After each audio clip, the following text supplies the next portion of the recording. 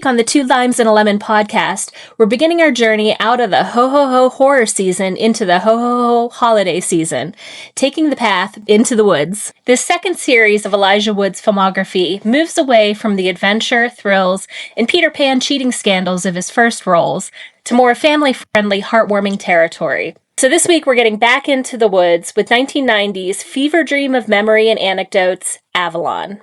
Are we having theme music? Like, how do we... Is it just start with us talking? Yeah, Dave's gonna do us some, like, a jingle, I think. Dave. Nah. Danielle. Two limes and a lemon.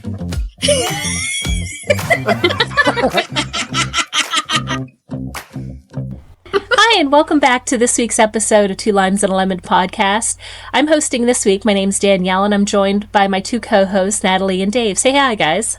Hello. Hi, guys. So we're going to start off like we do every episode and go around and see what everybody's been consuming for this week. For those of you just joining us for the first time, consuming isn't necessarily food. It's, whatever has been engaging you for the week, be it books, movies, music, etc., and can include food.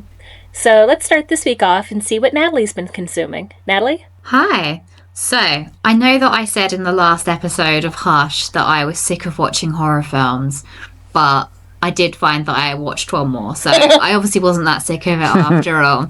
I watched, for the first time, Black Phone, that Ethan Hawke horror. Oh, God, well done. Good luck.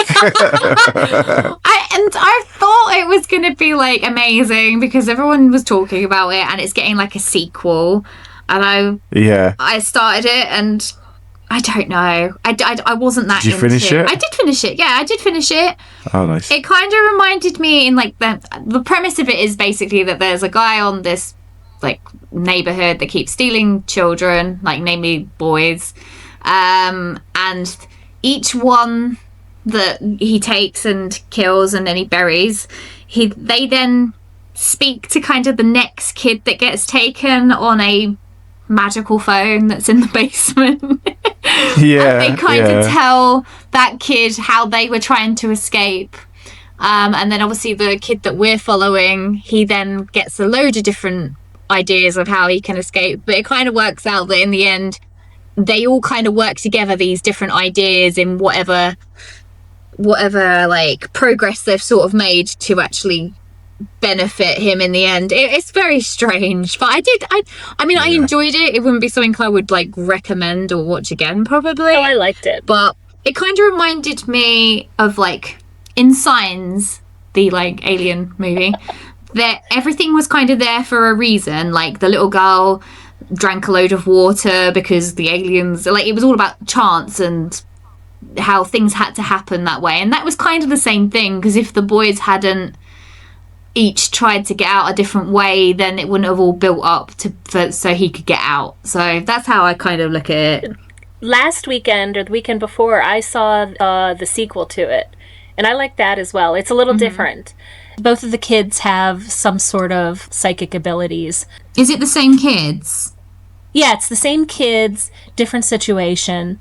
And actually, they do something really neat in the sequel. There's a sister in both movies who has these dreams where she was my favorite. She was really good, actually. So I think you'd like the sequel, because she is a lot more the focus of the sequel, and she's having these dreams. And the way they do the dreams in the sequel is it's like all grainy, much like a Skinamarink, but it didn't give me a headache. So it looked like it was being filmed on. Skinamarink just keeps popping its head back in every podcast, and I'm happy with that. Why didn't you like it, Dave? It's not like I didn't. I think it was watchable. I just felt like it was like a Was it a Blumhouse film? Yeah. Yes. Yeah, I'm not a fan of Blumhouse films anymore. I'm just like, they're all a bit. Do you know what? I think we're talking about it. Horror films. A few weeks ago about the fact that they're following the same thing again and again. But I think Blumhouse just rinse and repeat the same kind of motions. So I think although they're trying to be creative with their ideas, it's still, I don't know. Every time I see a Blumhouse film, I feel like it's just been done about a million times. Yeah. So they're trying to be creative, but I'm like, you know where it's going to lead. Yeah, I think that's it. They got some nice ideas, but they all lead in the same direction. Predictable.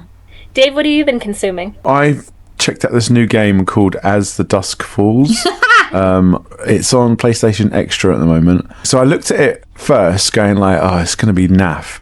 It's basically 3D environments with essentially the actors have had their picture taken multiple times and put like a Photoshop drawing filter over them, and it's kind of like freeze framing their actions throughout the game. It's kind of one of those choose the options, different scenarios until dawn, kind of like it could end any other way kind of thing. So I was like, you know what, I'm going to give it a go because it's trying to be unique, and I have absolutely fell in love with it, and I'm really surprised with it. You made me play it yesterday. Yeah, I said, Natalie, I was like, can you play us As Dusk Falls, please? So you could watch me do the options that he can do, basically. I'm enjoying it. I've finished, there's 2 books of it. I've finished book 1. Basically, to sum it up, you play as 2 characters. One's called Ray, which is this teenager who's trying to get some money, and they're robbing a sheriff. And the other guy who's kind of like the lead character is a guy called Vince, who's traveling somewhere else in America, going on Route 66. They hit something or something goes on, and they have to end up in a motel, and kind of those people stealing the money and that family get sort of intertwined with each other, and you've got to try and make all these decisions, and it's all like a hostage situation and all that kind of stuff. And you can rather be like, oh no, please don't kill me, or you can be like, no, I'm staying alive, this is for my family, and you can just make really, really ridiculous choices and stuff. So I've been a bit ballsy with this one, because normally I'm quite like reserved and say like, no, I'll do the right thing and say the right thing, but this time I've been quite like an aggressive player and been like, no, I won't do that, just to see what the game gives you. He's been peeing in the sheriff's bottle of lemonade. Yeah.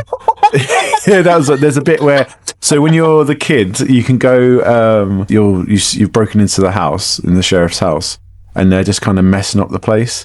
And then they go open his fridge, and there's like a lemonade and a Coca-Cola, and then one of your brothers sort of pisses in it. He's like, oh, do you want to join in too? And playing it, I was like, I'm going to say yes, because I know Nat will say no. I was like, no. And then I went to do it, and then I was just like, you know what? Yeah, I'm going to be a bit more of an asshole in this game and sort of just pick the different choices that I normally don't go with, just to see how it comes out. So it's been quite good to kind of play this game. So yeah, I definitely recommend it. It's called As the Dusk Falls. Give it a go. Sounds a bit like the Life is Strange kind of games. Mm-hmm. Yeah, it's just a bit more comic strippy, I'd say, like in the aesthetic of it. I have also been playing a game and going to talk about that today. My game is the sequel to Power Wash Simulator.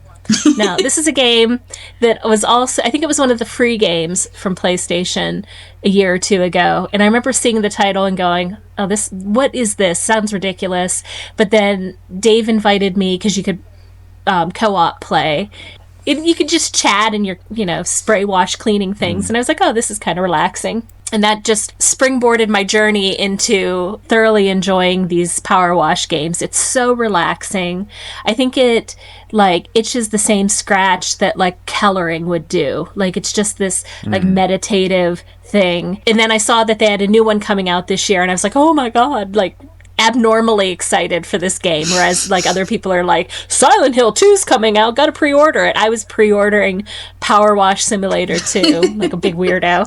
And what I've been doing is I set up my laptop so that I kind of watch something that isn't too engaging on the table while I just sit there and power wash, or I'll put on an audio book. You guys have played it a little bit. Yeah, I remember watching Lara Croft's house.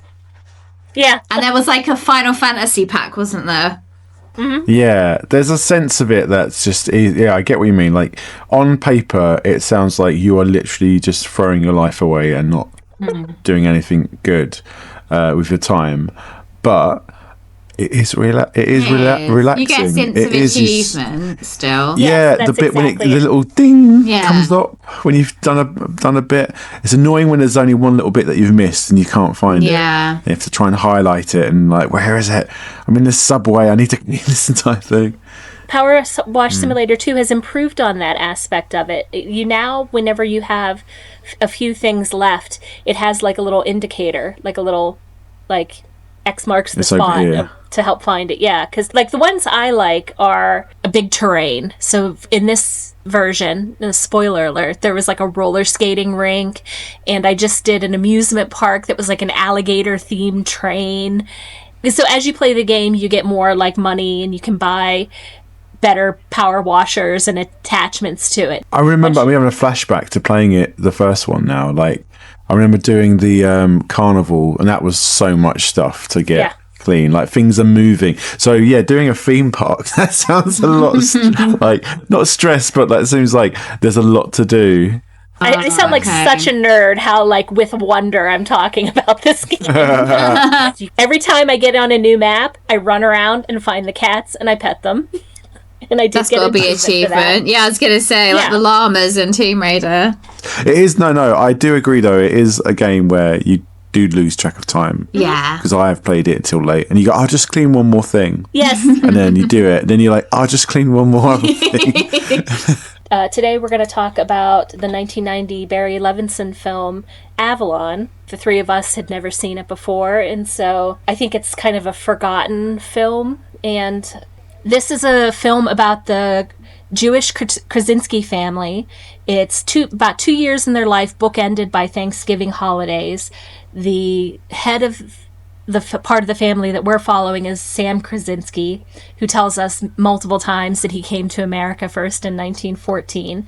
And then his son, Jules, played by Aidan Quinn, and Jules' son, Michael, played by Elijah Wood. So we're following these three generations of the family, and we drop in and out of their lives for family squabbles, there's stabbings, there's bees, there's a department store that's built up and burnt down in the Please. There's births, there's more family fights, and then there's constant television in the background. And it all culminates in an ending that is about 20 years that takes place in 20 minutes, whereas the other 2 years took 2 hours of the film. Yeah. Spoiler alert, bummer ending to this like kind of heartwarming film about this family. Yeah. So I remember this film being out, and the trailers were all the Sam telling his story about coming to America. So it was all this Jewish immigrant and fireworks, and I came to America and it was the land of opportunity. And I remember wanting to see the film, but I was, like in high school or something at the time. It's not really the type of film I would have gone to see, but it looked interesting. And so I was glad to have the opportunity to see it now. How about you guys? Had you heard of this before? Never. Literally, the first time I heard about it was when we were going through the IMDb list of Elijah Wood's films. Yeah, same. Like, from when I saw it, I was like, oh, this looks like a film where nothing's going to happen, and it just looks like a film I'm not going to be interested in at all. So yeah, I'd never heard of it. And little Elijah, 8-year-old, he's 8 years old now, so he's getting up. He's moving up in his career. Well, this is his first major film role, right? No, his major film was Child in the Night, I think. But that was like a TV movie. That's one was in the cinema. No, yeah, I guess so, yeah. He's his first big... This was an Oscar-nominated movie. It was nominated for 4 Oscars, yeah. This is the thing with Elijah Wood. I always... This is why I've chosen him as my go-to for this film series. I just feel he's always in good movies. He's always... His agent does a great job at going, you want a kid? This kid. Haley Joel Osment? No, you want this kid. He wasn't born yet, to be fair to Haley Joel Osment. But let's wait 10 years. Yeah, I don't know. It just, Yeah. Yeah, we do. But then I feel he's just... And then from then, I kind of feel like if you've got Elijah Wood in your film, it's got a standard to go to. So if there's anything he does now... I mean, not at this point. I'm going to say that was a big selling point. I don't think many people that went to see the film were like, oh, Elijah Wood's in it. We've got to see this. That's the thing. That's the kid from Back to the Future 2 that had one line. But that's what I mean. And then they got him and they were like, oh, he wasn't the one that said the second line. The wrong kid. No. What I mean is the fact that people aren't going to the cinema. Oh, Elijah Wood's in this film. I can't wait to see it. No one's doing that, but Except you. apart from me. But yeah, apart from me. But I just know the films he's in are of good standard and of good quality. Well, So we'll you're see. in We for- still have many films Yeah. to go through Yes. of his Yeah. his whole catalogue. I just feel like so far. So far, you've been lucky, Please. but there's got to be a stinker in Yeah. there somewhere. Well, not to beat his performance at all in this, but I think one of the major reasons he was chosen for this film is he bears a good resemblance to the guy who plays his father in the film. Like they both Aidan have these Quinn. kind of crystal Striking blue eyes. Yeah, Yeah. 100%. Aidan Quinn. Bowl I was looking up haircuts. when I the bowl haircut. Yeah, when I was started watching this, I was like, Aidan Quinn. I remember him being in so much in the '90s. He was in Yeah, he was. Legends of the Fall, Benny and June, Handmaid's Tale, Practical Magic, but now he's doing mostly television roles. I think we were 1 year old when this came out. I said to Nat, I was like, any babies that are in that baby that's been held halfway through, that's us. That's I mean, there we are, Nat. another reason they might have cast Elijah Wood in this is because it's another film where he watches his dad nearly get murdered while he's looking out a window. Oh God, yeah. Yeah, We've there's already so much- seen it in he's like- Child he's in the done this Night, and he literally, at least this audition. time, he survives the dad, but it's literally the same scene. I Yeah. thought the stabbing scene. So Aidan Quinn is like a door-to-door salesman, which I don't think is a thing anymore. In watching it, I was like, oh, that's. And he takes he takes Michael along with him door to door to sell something, and then of course because he's going door to door collecting money, somebody cases him out and steals all the It's money like, from him. hey, I love that scene because he's just like, hey, can you give me your money? He's like, sorry? Yeah, I'm robbing you. Give me your money. I've got a knife. And he's like, it's daylight, basically. There's houses everywhere. You robbed it's me here. He's night like, time by that Yeah. It's point. nighttime. oh, no, yeah, it's but he's like, but there's houses everywhere. You can't just rob me in, like, next to all these places. He's like, yeah, just give me your money. Yeah. he's really nonchalant about it. And then stabs his like, dad. the 30 minutes of the film after is just everybody going, hey, I can't believe he got stabbed. There's all these characters talking about the scenario. I think this movie is like a slice of life movie, isn't it? There isn't really a big plot point as such. It's just loads of little plot points that kind of culminate together to be obviously a life for a family. So yeah, they do put a load of emphasis on things that aren't really that big, because obviously he does get stabbed, but it isn't that much of a point in the movie, I suppose. Like, he's only injured for like 10 minutes, and then he's pretty much at home walking around and he's all right again. We're gonna move Walking house, around in his little house coat. Yeah. Got like a fun little robe. When I first watched it anyway with Nat, it was like, I don't know how I feel about this film. I feel like there's too many characters thrown in there. When they were having their Thanksgiving dinner at the start, I felt like everybody was talking over each other and talking, and then that's what for me it was like, I know, but I felt like I feel like I'm not a guest. I feel like I'm just watching, and I'm if I'm at the table, everybody's talking, but I don't know anybody. Yeah. Kind of thing. But then as the film progresses, you get to know them, and like, by the end of it, I just fell in love with the movie. Yeah. I loved it. I thought it was actually really good. I was like really engrossed. I wanted it to keep going, to be fair. Do you know what, this movie, like, I know we're kind of jumping ahead here, but it's well ahead of its time in the kind of what it's dealing about with, especially the TV. Like, at the beginning of this film, we open with like a Thanksgiving dinner, and there's just like a whole massive family there. They're all So many of them, talking, yeah. they're all engaged with each other. And then by the end of it, there's a Thanksgiving dinner. The table's so much smaller. There's only a few people, and they're watching TV while they're eating. And like the whole thing of like screen time is so like relevant today that this movie definitely feels like it should have been made today. It definitely made us go, let's go out and touch the grass. That's what we said. We were like, I feel like I need to go out and touch some grass now. My expectation when I sat down to it is that there was going to be a bit more plot. I thought there was going to be a bit more of the grandpa's reminiscing story, and so it was a bit jarring for me. I was like, oh, because you go from this like chaotic Thanksgiving dinner, and then it's immediately the guy gets stabbed, and I was like, what? Then they moved, didn't they? Yeah, they moved to the suburbs because it's safer. And then there's the scene where they're like talking about Stagecoach, the movie Stagecoach. It's just like an old vaudeville act almost, like these old men on the couch going, I like that movie about the stagecoach. Stagecoach? Yeah, what was the name of that movie? Stagecoach. Yeah, the one with the stagecoach. Yeah, that's the mean. Like, at the time, we were like, what is going on here? Like, there's so much crap. But then you fall into it, and then you're like, this is just a family, just like, I just loved how it was put together, because it is just people just talking about their day to day. It's nothing big and climactic. There's some like dramatic things that happen, but they're not there enough. It's just like the inane conversations that families have, and like they retell the same stories like 100 times, and you just kind of expect it. Like, there's a whole scene where Michael, Elijah Wood's character's at school, and they're teaching them the difference between may and can. It's like he asks if he can go to the toilet, and they're like, you can, but you may not. And then there's like a whole big scene where he like refuses to. I don't know if he does get it, and he's just being like facetious. Yeah. The most fabulous part of that scene is they send him out to the hallway to like figure out, like, learn what the difference of can and may is. And then the teacher comes out, and he was like, oh, I still don't know, I need a little more time. And then he does this like crazy little tap dance. Yeah, little tap dance. Da, da, da, da, da. But then the grandpa comes, and he doesn't get it either. He was like, no, exactly. Just let him go to the bathroom. Yeah, well, just let the kid go. But it's like, that's like 10 minutes of film, and it's like really nothing happened there, but it was such an endearing little scene.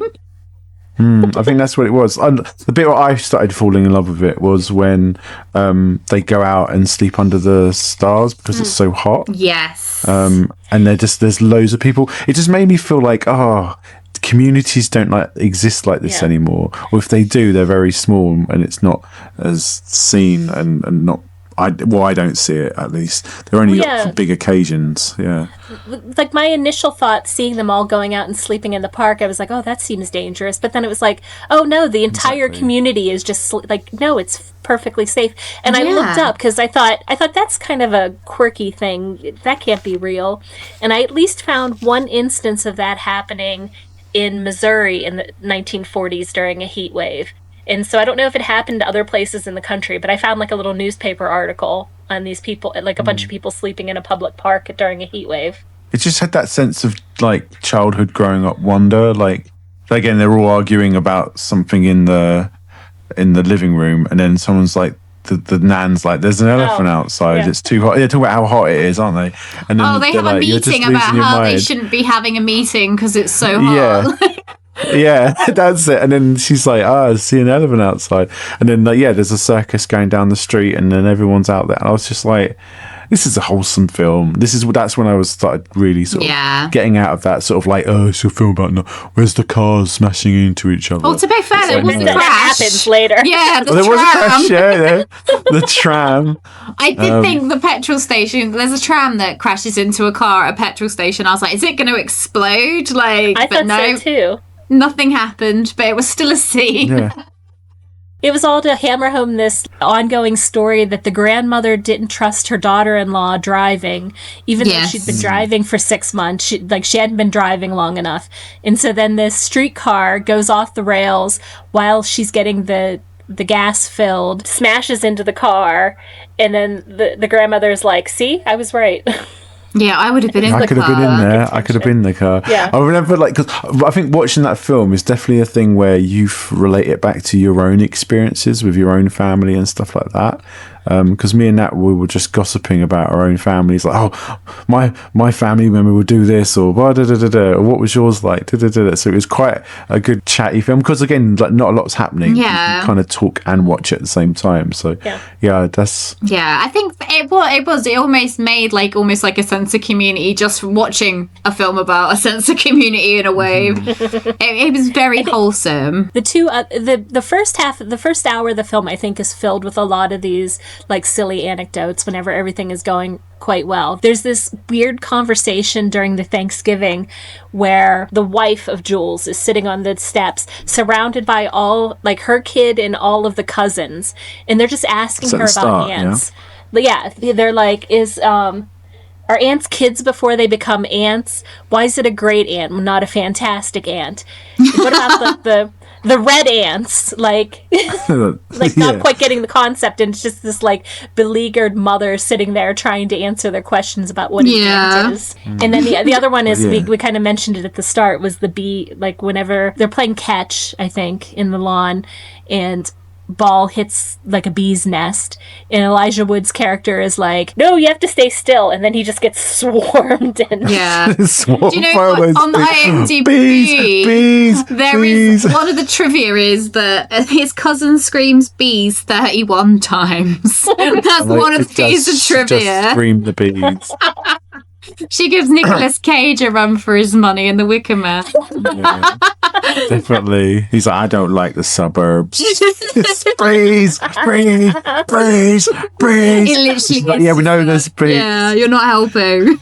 In my recollection, around this time, there were a lot of these movies. Turn of the century, coming to America films, and what a magical experience it is coming to America. So we open the film with Sam, the grandfather, talking about when he first came to America. That he came into this neighborhood called Avalon, and throughout Avalon is this symbol of this ideal past, and he's like constantly going back to the story of Avalon. And as he walks, as his memory of coming to America, he walks through the streets on the 4th of July, and there's just like fireworks, and everybody had, like, it's a fire hazard. Everybody has sparklers all over the place. But the only one around that time that I could find that came out that had a similar theme was An American Tail, which is the story of the mouse, like the cartoon mouse. Oh, the mice one. Yeah.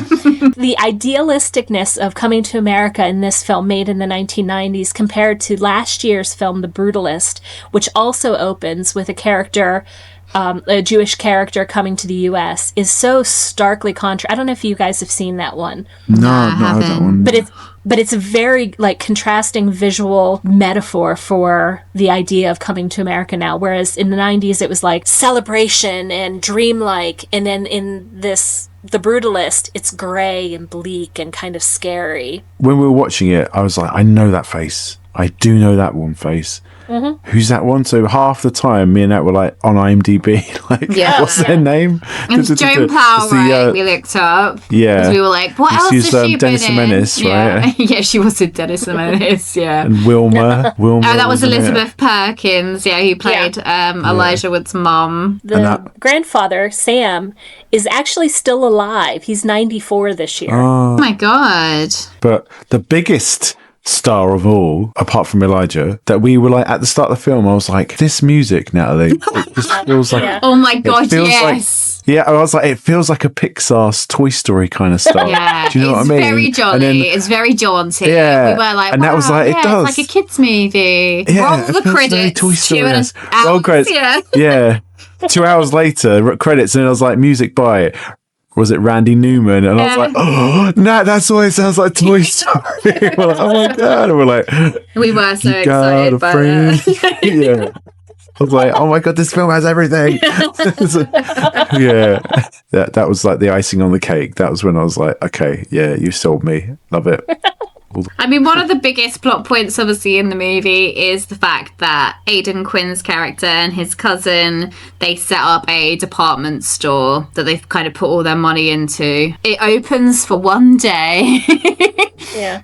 And then it gets burnt to the ground by what Elijah Wood thinks is himself. But what's your views on that? Because part of me is like, I still feel like it was Elijah Wood. And the dad just said that. Yeah, I feel like the dad just said it to him to make him feel better and not so guilty. For people who haven't seen it, the kids at the second Thanksgiving decide that it's like a cliffhanger. I don't know why it's like a cliffhanger in a movie, but they use the highly flammable model glue, and they don't just set it on fire. They make a path through the basement of model glue that then, like a fuse in a cartoon, goes and then sets the plane on fire. And so then they get, of course, yelled at by the grandmother, but it teaches them absolutely no lesson. And so they decide on the grand opening of their parents' store to do it in the basement that is full of like boxes, straw for packing, straw. Yeah. Nat was literally on the. I actually realised Nat was literally as soon as Elijah Wood got in the car to go go to the grand opening with the plane, I was like, oh my God, he's going to set the plane on fire and that whole like warehouse and department store is going to get burnt. And the whole scene before that, I was just like, I was behind a pillow. I was like, I can't even watch. I was like, it's going to go horribly wrong. So it was actually pretty tense. Just like, No, I agree. More tense. And the way some of the other scenes, like the stabbing happens at the beginning and it all kind of works out. I thought, well, this seems to be the kind of movie where things all work out. And so I said to Dave at that point, I was like, actually, this movie has just turned into like a 2-hour and 10-minute advert for condoms and why you should Yeah. They're going to burn down your business. Prior to that, the major conflict of the film was cutting the turkey before the one uncle came to Thanksgiving dinner. 100%, and he never let that go. No. It destroyed the family. They set up, though, that this family is like quite chaotic and loud, and everybody has opinions and things. And they really used like the Thanksgiving holiday, as Natalie mentioned before, to kind of show the passing of time and generations in this film. And so the first Thanksgiving is this super crazy, chaotic, everybody's there. The second one is a little more subdued. Jules and Izzy, the two cousins that have made the department store, have moved to the suburbs, away from where the rest of the family lived, which was sort of in downtown Baltimore. Yeah. And they lived in these row houses. The second Thanksgiving is kind of marred by the fact that the one uncle comes late and they've already started eating. And then that's sort of the breakdown of the family. And then it takes us to the third Thanksgiving, in which Jules's mother has just died. And so it's like even more somber. I like that, how they used this stereotypical American holiday to kind of bookend how this family is changing over time. And it changes so quickly, I think, as well. Like, it is just the case of like 2 years, and it is 2 years, so much happened. I didn't know it was 2 years. I didn't know it was 2 years. Yeah, it's 1948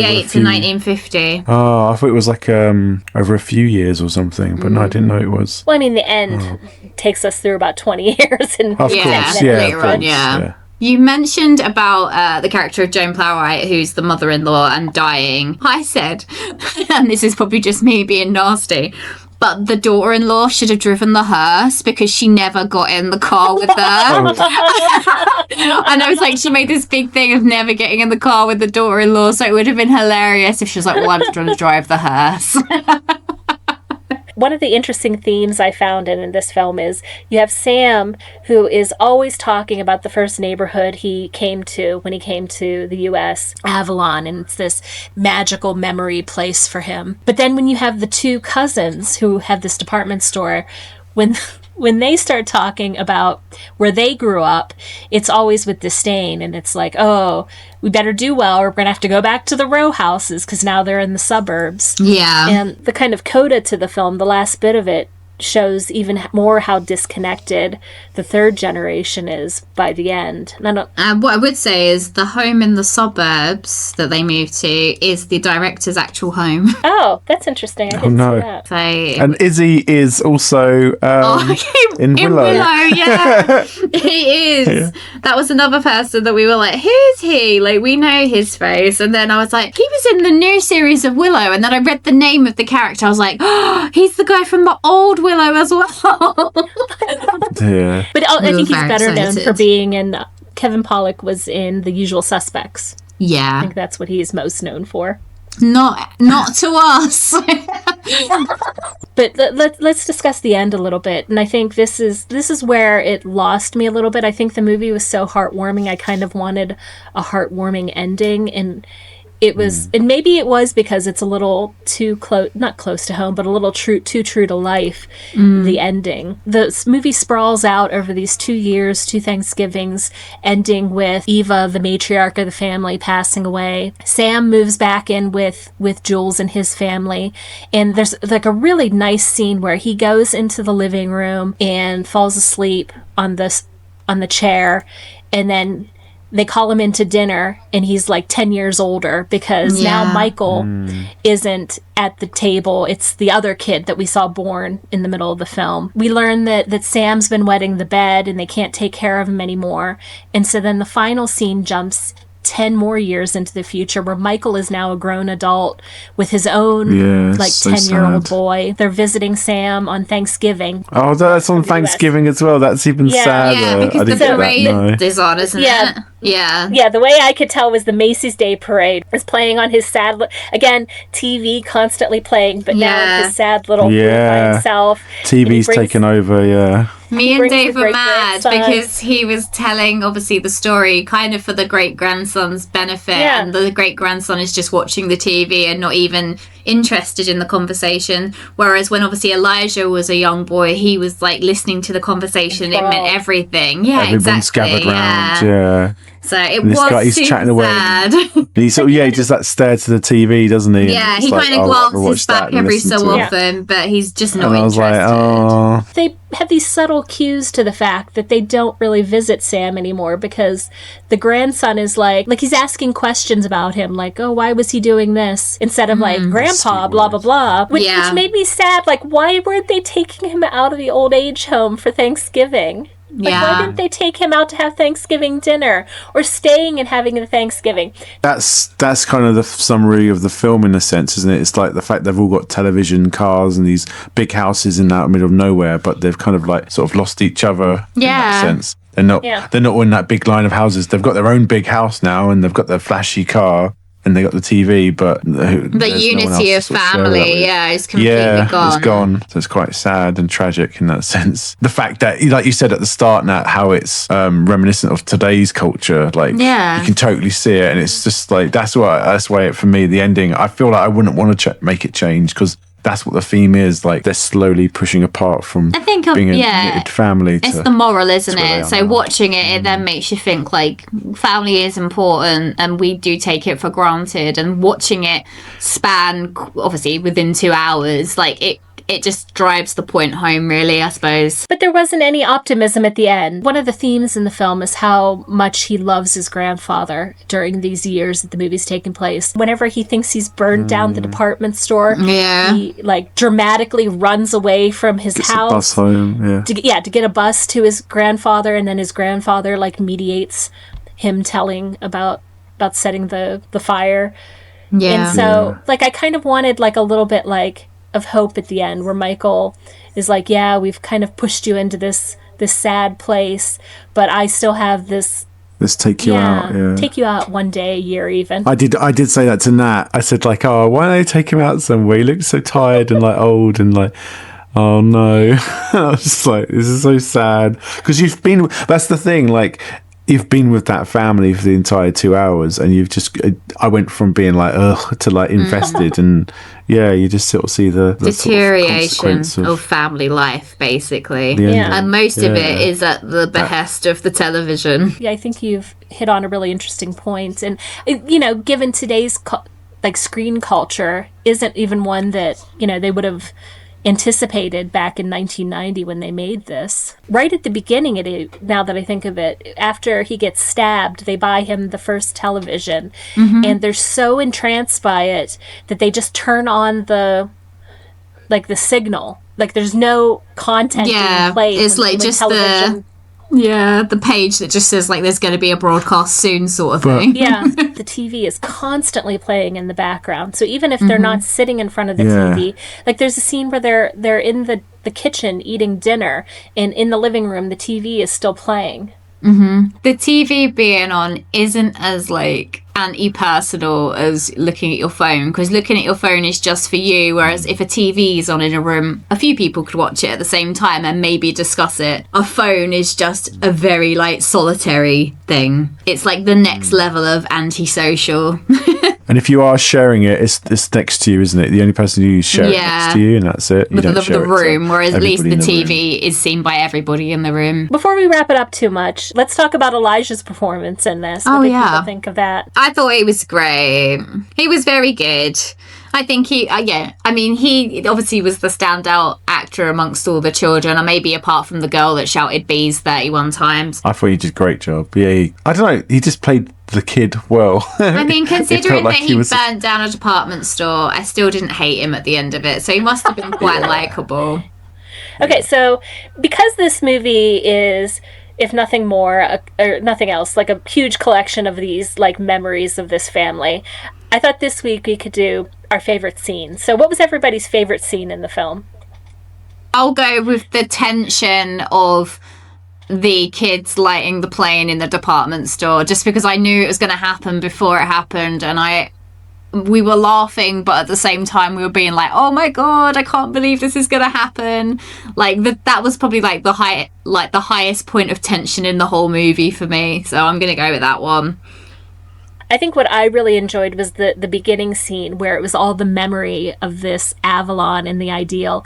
And it had it was almost like a slow motionness to it, like trying to recall in this, like everything was heightened. You know, it's the story of him coming to America, and there's fireworks all over the place, and then the story of him meeting his wife, and it's the 5 of these brothers playing this violin, and he sees the woman across the hall, and then next thing you know, who she's dancing with is him at their wedding. And I just thought that was nice and dreamy, and I kind of wanted a few more of those moments in it as the grandfather tells these stories, and we never really get back to that until the very end when we see him coming to America again. Dave, do you have a favorite moment? I'm going to go, there's so many, but I'm going to go with the bees. I knew you'd go with the bees. I was very close to picking, like, you can have a couple if you want to note them. Kant or May. I like the Kant and May scene. I like the sleeping under the stars. I like the elephant. There's so many scenes, but I'm going to go with the bees. He's little, like, standing there going, the bees, and like just everyone just sort of watching him get attacked by like so many bees. Well, and the build up to it as well, as they like a clump of it falls off, and I was like, oh no, the bees, they're going to come out, and The best part is after that scene, the doctor's like, well, he's not allergic to bees, and I'm like, well, that's good. He's been stung like 200 times. His face is just covered with these like blotches of calamine. And my other favorite touch in that scene is the mother is in the doctor's office with a lit cigarette. Just smoking. Yeah. She smokes then, and then she smokes whenever she announces that she's pregnant too. She's like, I'm pregnant. So since we're in our Into the Woods series, let's rate Elijah Wood's performance first. Natalie? I'm going to give him a solid 4 out of 5. How about you, Dave? Yeah, same. So I'm giving him a 4 out of 5 as well. I think I'm giving him a 3.5 because again the comedy stuff sort of fell a little bit flat. I think he has. I'm giving him some room to grow. This kid has got potential. He's going to make something out of himself. So let's close out with our rating of the film overall. Dave, you came into this thinking that you were not going to like it, but how did you? That's true. So came in like this film's going to be a drag. Came out loving it, so I'm going to give it a 5 lime out of 5. That is I loved very it. Good. I'm still kind of like thinking about it a lot, so it stayed with me. So I like that film. It was good, really good. How about you, Nat? I gave it a 4 out of 5. I thoroughly enjoyed it. I went into it thinking this is going to be a long 210 minutes film, but it actually went really fast, and I think the morals of it and like the story is just it really draws you in a way that I didn't expect it to, and I suppose that's all you can really ask for a film, one that makes you, like you say, Dave, it makes you think about it afterwards. And you, Danielle? I think for me this time I'm going to give it a 3.5. I think I was really bummed out by the ending, but it's one that I think I'll watch again and could see myself rating it higher, kind of going into it knowing that it's going to be a little bit more true to life, realistic. Yeah. But man, it left me feeling super sad at the end, and I just had to get online and clean some surfaces. So with that, we're going to hit the most awkward part of the show always, and we're going to say our goodbyes. God.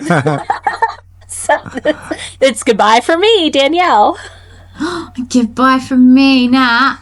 Bees from bees. Bye. Bye. See ya.